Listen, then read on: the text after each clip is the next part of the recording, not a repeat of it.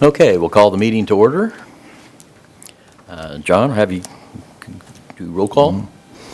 Yes, we are aware that we have 6 members on the board currently, and Thomas Heater is away at maneuvers, so we have our remaining 5 today. Okay, great. Then I guess we'll move right on to new business, application CC 19-11. And before John gets started, I'm representing for items 3.1 and 3.2, so I will go ahead and step down and be your representative. All righty. We'll give you a moment to do that.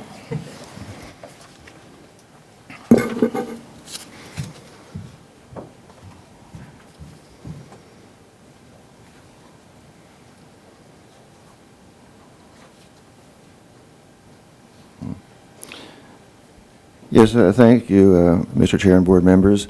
Application CC 1911 is requesting the approval of a certificate of compatibility to allow the repainting of an existing transom awning and wainscot on the front facade of the building located at 232 North Santa Fe. You'll have noticed in our staff report that we also deal later in the meeting with 234 North Santa Fe, and these 2 buildings are adjacent to one another. The first one we're looking at would be the southern one. It's denoted by a corrugated metal panel that covers its south facade, but they are roughly equivalent in everything except their storefronts. And we'll begin that by describing this. The windows on the east and rear facade of the building have been secured with metal paneling, but on the front, this is a property owned by Rusty Leister, and what he would like to do is update and repaint portions of the existing storefront, transom awning, and wainscot on the front facade of the building. And we could probably step in the next slide. And this gives it in a little bit better detail. The window trim, door trim, and sashes will be painted a Sherwin-Williams wool skein, which is a lighter medium beige, to match the existing brick and stone detail that's around the storefront itself. And then the metal awning will be painted with Sherwin-Williams black and charcoal gray. And as far as design guidelines, we recognize that this is a building that was built in the 1930s. It has a decorative cornice and medallions. Some of the existing brick bulkhead is still there, as well as some stone trim. And you are focusing on the south 50 feet of that building. Under design guidelines, we encourage the coordinated color scheme for a building, and so that the facade reads as a single composition. We try to keep color schemes that are simple in nature, and we believe that the building itself retains a traditional configuration of brick building bases, tall display windows, transom awning, and brick upper facades. The repaint is intended to improve the front appearance of the building's facade in response to the ongoing streetscape improvement project on this block, and the painting of the identified facade elements be a temporary measure until such time the property is redeveloped for a new tenant. It has been vacant for several years now, and at this time the front facade will be replaced with materials that are more, at the time that it is redeveloped, the front facade will be replaced with materials that are more appropriate to the appearance and style of the building. And under findings, we encourage that the paint colors on transoms, building bases, and trim be related to the overall colors of the building, that the repainting will only cover previously painted surfaces, and that the painting will be a temporary measure. Under all alternatives, you can approve the application as presented. You could approve it with conditions identified by majority of the board members. If you need additional information, you could postpone this item, and in the case of a denial, there is an appeal process. So at this point, we would request if any of the board members has questions of staff. Our applicant is also here and can present the materials to you in greater detail. I guess I'm just curious. We see pictures of the back, but we're just talking about painting the front, correct? That's correct, yes. Okay. Yeah. And this is just for the for the view. Gotcha. I just wanted to make sure I wasn't missing something there. Sure. Okay. Anybody have any questions or comments? Did the representative want to add anything? No? Maggie Gillum with Jones Gillum Renz Architects. So just a little background, the two buildings here, the one that's painted purple and then the one that's painted blue, yeah, they're connected, they're identical buildings. The north one is actually owned by Overland Property Group, who is developing the Lee buildings. So in an attempt to, they don't know what they're going to do with their half of the building yet, but in an attempt to make it look nicer as they develop the rest of the block, they are wanting to paint it so that it's no longer purple and blue. And Rusty, of course, Leister owns the blue portion of the building and has agreed to let them paint his. So, yeah, like John said, we're just going to paint it a tan color to match all of the stone accents and then come in with a dark charcoal for the awning. Pretty simple. Don't know if you have any questions. All right, and there's no member of the public here to comment, so I guess if there are no further discussion, I'd entertain a motion. I move that we approve the application as presented, and if there are any significant changes, that they be brought back to the board for further discussion. Okay. I second it. Moved and seconded. Any other discussion? All right, then all in favor, say aye. Aye. Opposed? Same sign? All right. Unanimous. Move on. Yes. Under this application, CC 19-12, we're looking at the northern portion of the building. This building was also built in 1930 and at the same time. And along this particular block, we saw a lot of automotive uses, especially on the east-end side of Santa Fe. Those have been taken out over time, but they are assemblage of tire marts, things like auto repair places. There was also a board of Pythias candy factory that was on the corner of Ash and Santa Fe, and that's been replaced by a vacant lot and subsequently the bowling alley. So this particular block is changing as we see it, but this particular building was built in 1930. It has a narrow metal awning on the storefront windows. It has been painted purple, and the windows on the north and east facades of the building have been secured with paneling. Because of the streetscape improvement, the property owners are wanting to go forward with the repainting in this case. Under this, the wood window trim, door trim, and transom area would be painted a Sherwin-Williams wool stain on the front facade of the building. The purple facade is the one we're looking at, Dustin. The purple side, go back on that slide there, here we go, on this one. This shows the areas in question. There was likely a centralized storefront here with an entrance door. Right now it's only replaced by a wood panel door with a wood trim. And then besides the metal awning here, we see plywood covering both the transom area and the window display area. And both of those are going to be repainted the black charcoal gray. Those intermediate panels would be to blend in with the building, and the metal awning itself would be painted the black fox gray as well as the doorway and door trim on that. So we see this as creating colors that are coordinated by color scheme. They would have similar colors to the building at 232 to the south, so that the facade reads as a single composition and that the color schemes are simple in nature. The repaint is intended to improve the appearance of the building facade until such time the building is redeveloped. So you're looking at this only as a temporary measure. But in this case, you are just focusing on the front facade of the building. There are other facades that are, one fronts the alleyway on the north, as well as at the rear. There's several doorways there, but the proposed work is going to focus on the front of the building at this time. Okay. So, under suggesting findings, we are similar that the paint colors will be related to the overall colors of the masonry, that they will cover only existing painted surfaces, and that this is a temporary measure until such time the building is redeveloped. And you have the same four options as the previous building.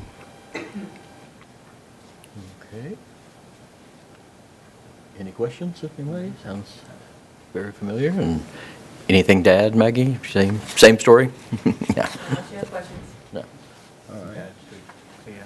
nobody has any further discussion or questions, we'll entertain a motion. I move we accept the application as presented, and if there are any significant changes, to have those proposed to the board for further discussion. I'll Okay. second that. Second, moved and seconded. All right, all in favor, say aye. Aye. Opposed? All right, so moved. Now we're ready for 1913, application 1913. This is filed by Blue Beacon International. The property located at 303 South Santa Fe has been the long-term home for the Taco John's restaurant franchise.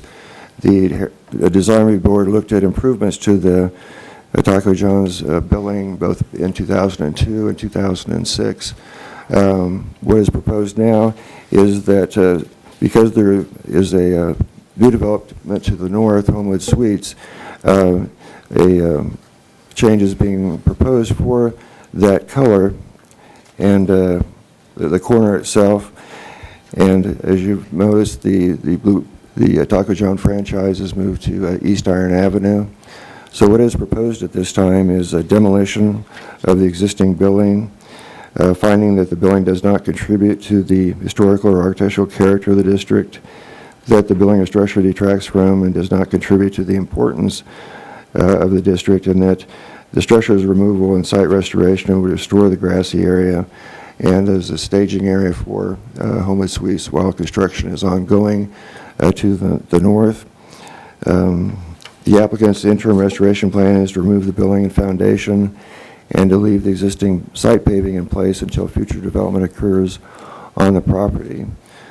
Under findings, staff has presented those to you as that the existing commercial structure, because of its physical condition, uses patterns, does not appear to contribute to the architectural character of the district, that the existing commercial structure actually detracts from the character of the zoning in the downtown, where drive-in restaurants are becoming few and far between because of the space concerns and their compatibility.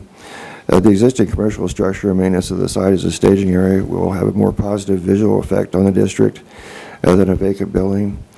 And under alternatives today, you could approve the application based on staff suggested findings. You could approve that based on any conditions agreed upon by a majority of the board members. You could postpone consideration of the application, or in the case of denial, there is an appeal process. So we've given you some of the history behind the building itself. It has had some transitions over time, but the most recent renovation on that was in 2012. There was a new electronic sign placed out in front at that time, and that has accompanied the building on its move to East Iron. So we have some photographs, existing conditions there. These date back into the 2012 and 2016.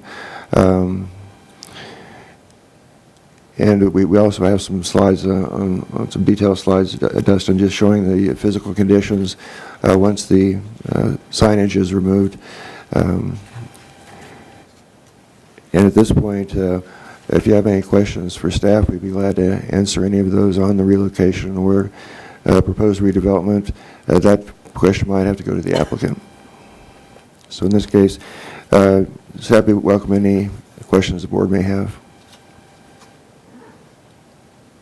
Okay. Does anybody have any comments or questions? Do you have anything you'd like to say? No? Okay. Guy Walker. Yeah. 500 Graves Boulevard. I'm happy to answer any questions you have.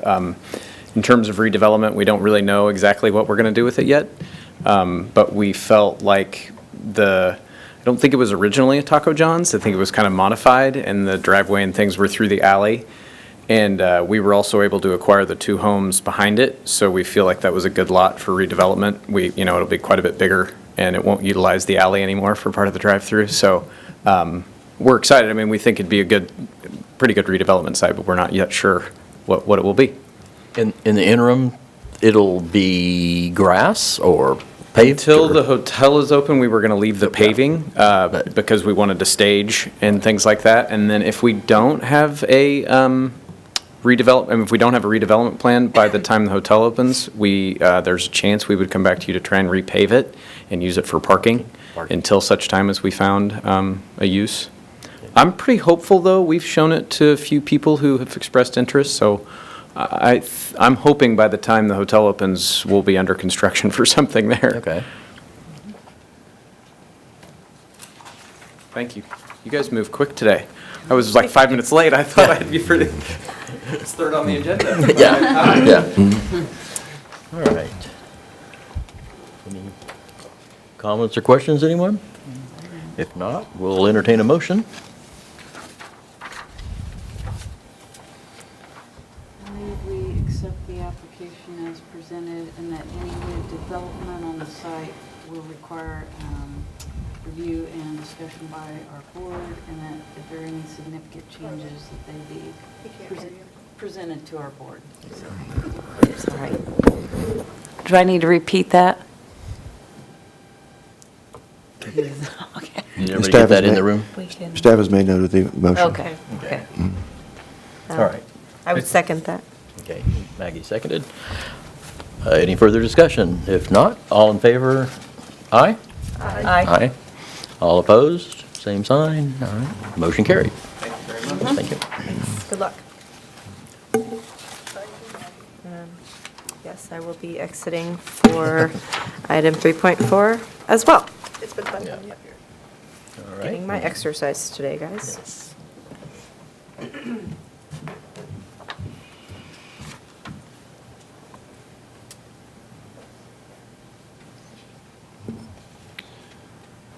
Our current application, CC 19-14, is filed by Jones, Gill, and Renz Architects on behalf of the Stiefel Theater for the Performing Arts, and it is a proposal to do some masonry repair and rehabilitation on the auditorium walls of the building and to restore the upper tiers and pinnacle on the historic tower of the Stiefel Theater. This shows a set of architectural drawings. I'll go over the background of the theater a bit as well. The Fox Washington Theater was built in 1931. It has survived until roughly 1987, when the theater was closed by Dickinson's Theaters, and the city of Salina acquired the building and in 1989 replaced the roof and basically maintained the structure until a nonprofit organization, the Fox Theater Foundation, took the structure in 1997. The ownership of the building and had a successful fundraising campaign ending in 2013, and that restored the Movie Palace and was renamed the Stiefel Theater for the Performing Arts. The theater is operated by the Theater for the Performing Arts, a nonprofit organization, and it's a local community performing arts facility, but also is a venue for touring acts and traveling through Salina, the Salina Symphony, and other local events. During 2002, on the restoration, they received rehabilitation tax credits, and this current proposal to restore the box office tower and repair the masonry will also take advantage of the state tax credits, which provide 25% in funds for every dollar spent on rehabilitation of the theater. Monies have been spent by the City of Salina and the 2020 group in 2018, and that replaced the original auditorium exit stairs along Walnut Street, because those did not meet handicap access, and the new exit stairs now have a handicap ramp as part of that. The Stiefel Theaters received a donation to help restore the box office tower, and the theater is also in the process of restoring and repairing the brick and terracotta around the auditorium walls. So in stepping through the slides, this is a 1930 slide showing the tower itself, as well as the original tiers on the tower. And the top was a metal pinnacle, and that material is determined to possibly be a steel covering, but it did have a wrought iron or cast iron framework underneath that. And the tower was lit by floodlights directed upward on the tower, so it was quite a dramatic element. This shows just another version of the tower. This is actually 1935. And that shows a slightly different color on the pinnacle, but we're not sure that that is oxidation or what. But that shows a different angle of the theater.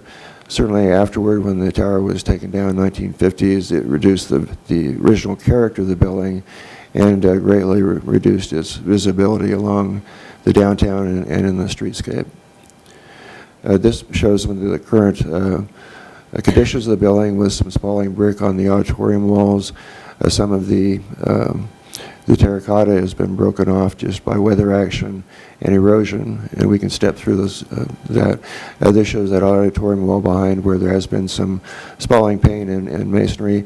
That had been covered by a cementitious coating that has to be replaced every so often in the order of maybe 10, 12 years, depending on the skill of the craftsman. But when that's done, they'll be replacing some of the brick as well. This shows the rear of the tower, showing some of the erosion and damage that has occurred over the years.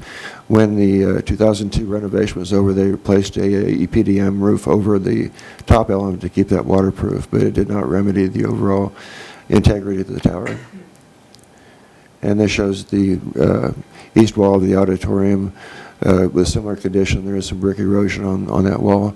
And the next slide is the stage house from the east as well, showing some of the spalling on the box office, on the stage house tower, as well as on the auditorium walls.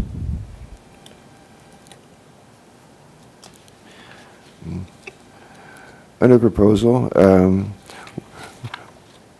we believe that the character-defining features of the building would be preserved wherever possible, and that the character-defining features that are intact would be preserved in this case.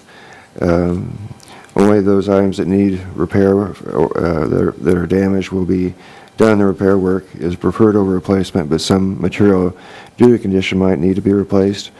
And it does indicate to replace features that are missing or beyond repair, and to reconstruct an original element based on adequate historic evidence. We can move on to the building plans, Dustin. And this shows the architectural drawings, and our letter applicant described these in better detail, but these have been submitted to the State Preservation Office, and a rehabilitation application part 2 has been returned, saying that the scope of the work submitted does meet for the rehabilitation tax credit application meets the Secretary of Interior standards for rehabilitation. Yesterday, in the same room, the Heritage Commission approved that for its compliance with the Secretary of Interior standards. Their review responsibility is for changes to National Register projects. We've entered into a certified local government agreement with the State Preservation Office, and it allows our Heritage Commission to do that design review here locally. And so at that time, the Heritage Commission approved that as meeting the Secretary of Interior standards. Under your own design guidelines, these relate to rehabilitation of historic buildings, and their design intended to dovetail with the Secretary of Interior standards. Therefore, the projects that will conform with the standards for rehabilitation will be consistent with the city's design guidelines as well. So we're looking at a project to reconstruct the missing tower and the masonry repair on the parapet walls where necessary. Under suggested findings, we would point out that the character-defining features on the steeple theater that are intact will be preserved, that those features will be repaired and rehabilitated and restored, and the historic features that are missing will be replaced with adequate historic evidence, and that the alterations will not hinder the ability to interpolate the historic resource, and the proposed rehabilitation materials will be compatible with the historic character of the building. Under alternatives, you could approve this as finding that it meets the design guidelines for downtown Salina. You could approve this based on conditions established by a majority of the board. You do have options to postpone the consideration of the building or to deny the application. Under staff recommendation, I want to point out that the exterior rehabilitation work on the steeple theater will comply with the project plans and specifications and the applicable National Park Service preservation briefs that are assembled as specifications for the project. and any additional stipulations by the State Preservation Office in relationship to the state rehabilitation tax credits for approval for the project. So at this time, we've given you an overview. We'd be glad to answer any questions you may have on the staff report itself.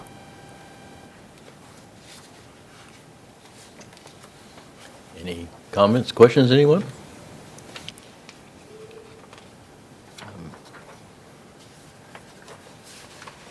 Would you have anything you'd like to add? Sure. Maggie, again, from Jones Cameron's Architects. As John said, we've been working with the state pretty closely on this. We've already gotten their approval to move forward with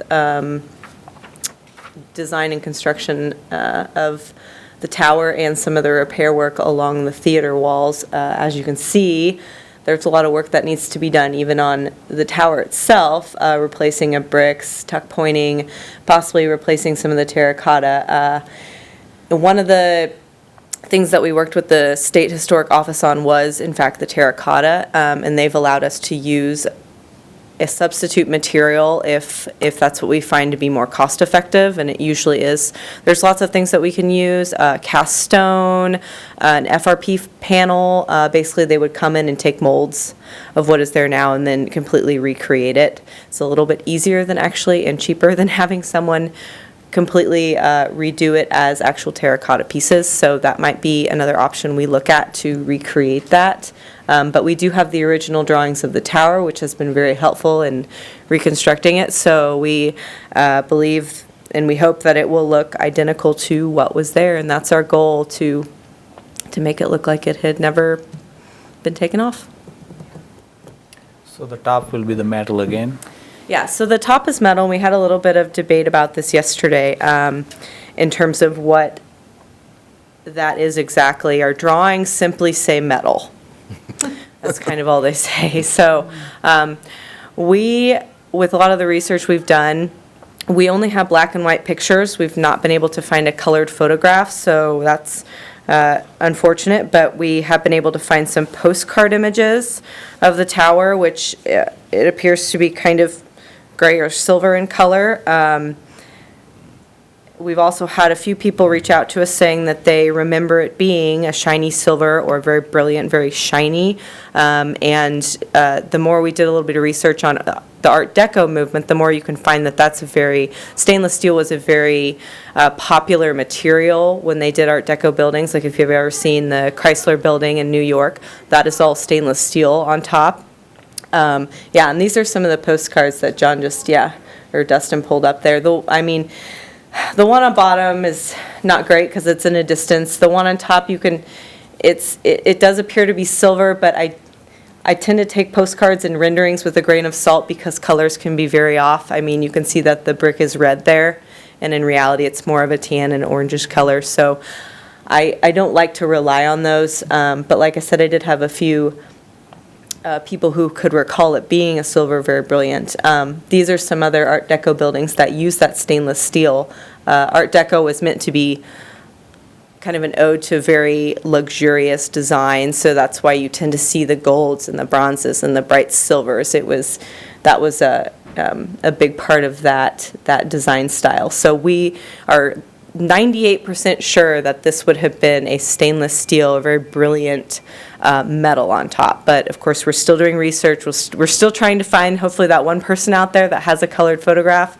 But we're working towards learning more and learning as much as we can so that it's truly accurate when it gets built. Don't have anything. They may have said this, but just curiosity, is there going to be a light feature? Yeah, It'll be all lit up? So the original building had 24 floodlights on the tower. The tiers each had, it had more than 24. It had 12, and then 4 at the very top, so 28 flood fixtures. And those, we wouldn't use the same fixtures today because they're very outdated and they're big floodlights. We plan to recreate the 28 fixtures in the same locations that they were at, but using more directional lights, very similar to what the Salina Community Theater uses, something that they can actually control color, movement, so that they can really get some cool effects going on the tower. Nice. Any questions for Maggie? Nope. All right then, thank you, Maggie. Thank you. Any further discussion? And if not, we'll entertain a motion.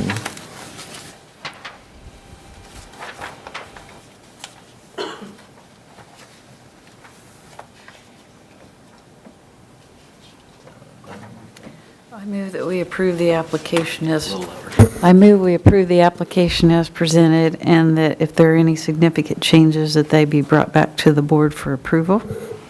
I second it. Moved and seconded. Any further discussion? Not. All in favor, say aye. Aye. All opposed? Motion carried. Thank you. All right. Well, under Yes. administrative items, we will have another meeting of the Design Review Board on November 14th, and that's to look at the rehabilitation of the former Bank of America building on the south part. The north part is usually currently used as a school for doctors. There was a piece to the south of that wasn't occupied yet, and that's going to be occupied by a branch of the Salina Regional Health Center or Kansas Wesleyan Campus School of Nursing. So we'll be looking at the exterior improvements for that project. And we do have a proposal from the Flower Nook on East Iron to place a sign on the building itself that's actually more of a mural in appearance. It's just a floral vegetable border that will go around the storefront windows. But that's a change, and we'll bring that for you at the November 14th. Okay. Any other discussion items, unfinished business? And there's nobody here from the public, so no need for public forum. We can certainly entertain a motion to adjourn. Okay. I move we adjourn. Maggie moves. I second.